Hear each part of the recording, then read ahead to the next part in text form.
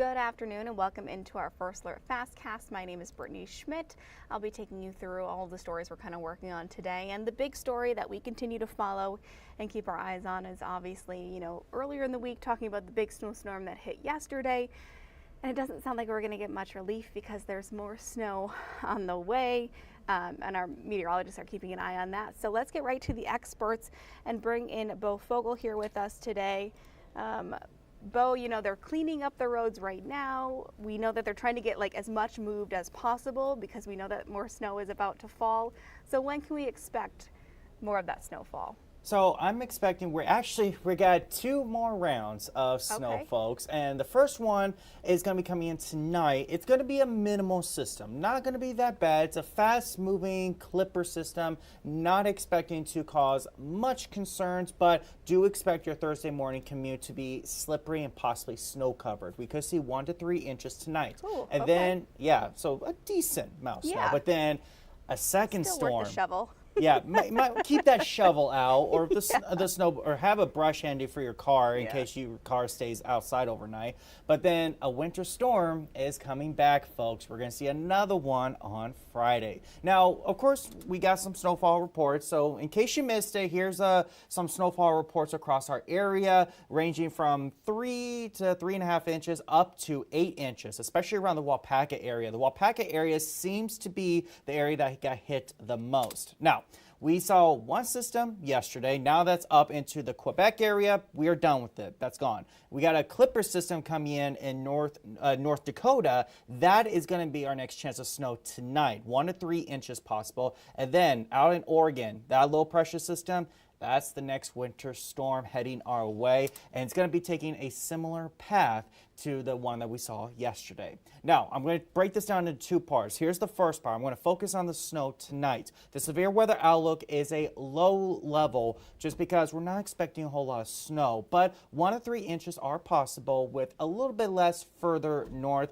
but do expect your morning commute to be slippery. So yes, get your shovel out, probably get a brush to wipe off your car with. Otherwise, it's not going to be that bad. Here's the timeline of the snow. The snow is going to begin after your evening commute. So if you're worried about driving home, you should be fine. By about 9 or 10 o'clock, that's when we'll start seeing the snow develop over our area and continue off and on throughout the evening hours. There'll be wet snowflakes once again. Temperatures are going to be in the lower 30s and upper 20s. By the time you wake up tomorrow morning, some communities could still be seeing snow falling to the ground, but it's going to be calm and it's not going to be blowing around. It's going to look actually quite pretty as it's coming down. And then by the time we hit mid-morning, most if not all the snow should be wrapping up. Looking at the timeline of the snow, you can see right here the best chance of snow happens between 10 p.m. to about 7 or 8 o'clock tomorrow morning. So that's the best time of seeing the snow, a nocturnal kind of event. And then looking at your snowfall forecast, 1 to 3 inches for most areas in our area of Forest, Florence, maybe even northern Marinette County. Could only see a trace up to an inch. So it's not going to be that bad. I'm not too concerned about that. What I'm more concerned about is this system, the big system coming in our way. It's taking a similar path than the one we saw yesterday. It's going to track across Missouri and then hit Illinois. Once it starts moving into Illinois, that's when the big snow is going to begin. That's going to happen Friday afternoon into nightfall. So I know people, they're wanting to enjoy some Friday night events. I highly recommend you don't go out anywhere and you stay home because the roads look to be pretty bad. And then by all snow. It's all snow, and it's going to be heavy snow at times and windy. The system is going to be closer to us than the previous one, which is going to increase our winds. So then by Saturday morning, we'll still see more snow, and then by Saturday night, it'll start wrapping up. So Friday is going to be a very interesting day, to say the least. Now, we got the recent updated data for the snowfall forecast. The Euro has decreased the amounts. Before it said 14 inches. Oh my gosh. Yeah, but they all look relatively steady for our area then. So yeah, now the models are starting to become in better agreement. I would say by we'll have a very good idea by tomorrow. Right now, the ballpark I'm going with is 6 to 8 inches. Sure. Of course, that is possible it could change as well, but yeah, start getting an idea. We're going to see some several inches of snow. Not only that, it is going to be windy. We're going to start seeing those winds pick up Friday morning, and then look at by Friday afternoon, 30 miles per hour, then 40 miles per hour by Friday night when people are coming home from work, and then overnight we could see up to 50 miles per hour for wind speeds. So this is going to blow the snow around, making visibility very, very low. So please, ideally, as you get off work on Friday, just head straight home, and please don't be out on those roads. And so we have already issued a first alert weather day for Friday and Saturday because of this system. Okay. So we're already ahead of it, and we're keeping track of this storm as it gets closer to us. Like I said, as we get into tomorrow, we'll have a pretty good idea how much snow we could see. So make sure you download our app and stay up to date on the latest forecast as we get more information. Yeah, absolutely. Do you think that this snow will likely linger around? Because I know our temps are going to drop next week, right? So this snow is going to be with us for a while. Yes, it's going to be here for a while. We've been very fortunate to be dealing with mild temperatures. We're going to see 30s for today, tomorrow, and Friday, Saturday and Sunday. Saturday in the upper teens for highs, Sunday single digit for highs, and that continues into next week. We could see lows down between 5 to 10 below. So it is going to be cold, and the snow is going to stick around. So yeah, I know a lot of businesses are really hoping for this snow, and it looks like it's going to stick around. And hey, you can build snowmen, do whatever you want for the snow. I know people want snow. There you go. Here's the snow. There is some fun to be had in the snow, and I think a lot of winter enthusiasts, have been waiting for this. Especially, I mean, what's the point of living in Wisconsin if you don't like snow at least a little bit, right? So, exactly. Well, here you go. You got 3 systems. I came in 1 week, dumping a lot of snow. There you go, folks. I think usually how it happens here to us. I noticed that. I'm starting to notice that's when January is the day where a lot of snow comes, typically. So I've noticed that. Right. But yeah, just please be careful out there, folks. We'll get more as we get more information. We'll keep you up to date. All right, thanks so much, Bo. Thanks for tracking that for us, and we'll stand by for further forecasts as it kind of comes into more focus. So appreciate your time. Thanks, no problem. Bo. Thanks. All right, so let's take a look at just around the area, what we're kind of seeing on the roads. Here is your Appleton Skycam. Roads look really well. Let's go here in Green Bay. A similar scene. This is downtown Green Bay. Out in Oshkosh, roads look really good too. It's kind of, it looks like our crews were working overtime in all of these areas to make sure that our roads were clean and clear of snow for that morning commute. Last night as well, we saw them out, and that pre-treating really did make a difference. I was out there yesterday, and that pre-treating, you could just see on the roads that mattered, and the temps are really good for that. So we are thankful for that as they gear up for another round. So we'll keep you updated that later on in our shows as well. But let's get to the other stories that we're kind of tracking today as well. So Jason Zimmerman on this one for us today. Republican Representative Jerry O'Connor of Fond du Lac held a presser this morning in Madison. He was joined by Speaker's task force members on human trafficking. They announced task force final report numbers here in Wisconsin, and then they talked about legislative recommendations as well. And we've kind of seen those come into our email already from other representatives here locally. So Jason Zimmerman listening in on this one today, and he'll have more for us tonight on Action 2 News.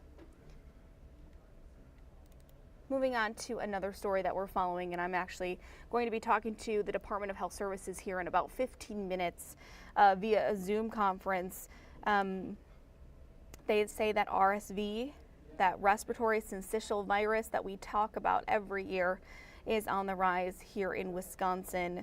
And there's a new plea from state officials to pregnant Wisconsinites to consider the RSV vaccine. With this widespread activity, we know that last month, I believe, in December, the state reported 2 pediatric deaths from the virus. As of today, there are more than 1,400 people that have been hospitalized throughout the season. 580 of them are children under the age of 2.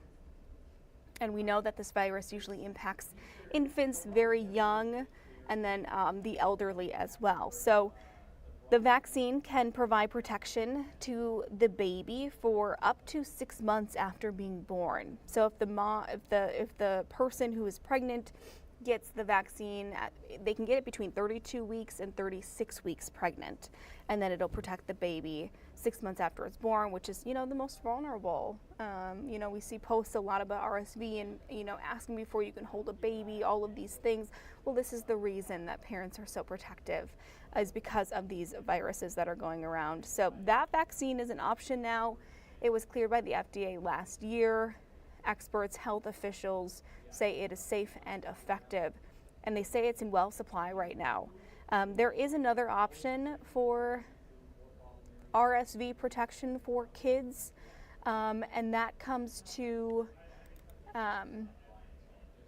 that is a monoclonal antibody vaccine, but that has to be given to the baby after they're born, and they have to be less than 8 years old. Unfortunately, that one is in low supply right now, so keep that in mind too if that is a different type of protection you would be looking for. But again, it's talk to your doctor and see if you are even a candidate for it. But we're looking at those numbers a little bit more today as well. All right, going over into today's menu of all the stories we are following today here. At 4 o'clock, Aisha Morales walks us through the First Alert Safety Desk and talking about carbon monoxide poisoning, about what needs to be on your to-do list today after the snowfall to clean your that's playing right now. There we go. Sorry about that. I clicked the wrong button here. But just talking about what's on your to-do list as that snow fell, and to clean around your exhaust, your car, all of those things. So she's got that today at 4 o'clock. At 4:30, Chris Roth talks to the American Red Cross. Earlier this week, we told you about an emergency blood shortage. The organization putting out a call for help, sending more blood they say they're sending more blood to hospitals than they're receiving from donations. Chris looks into, find out what's happening here locally in Northeast Wisconsin with the chapter here, and what can be done about it, and how you can help, how you can be a blood donor as well. At 5, there's a new addition to the Stadium District. You may have already seen it. It's open. It's a new Legacy Hotel. The ribbon cutting was held today, and we were there, so we'll show you it tonight. But the location is the former Brett Favre Steakhouse location. So it's on Brett Favre Pass. It includes 100 suites, restaurants, bar, coffee shop, and much more. So we'll have a look at that tonight at 5. And then at 6, Action 2 Sports takes us through the playoff game preps as the Packers prepare to get to the Cowboys Stadium. That's who they are playing, the Dallas Cowboys, on Sunday.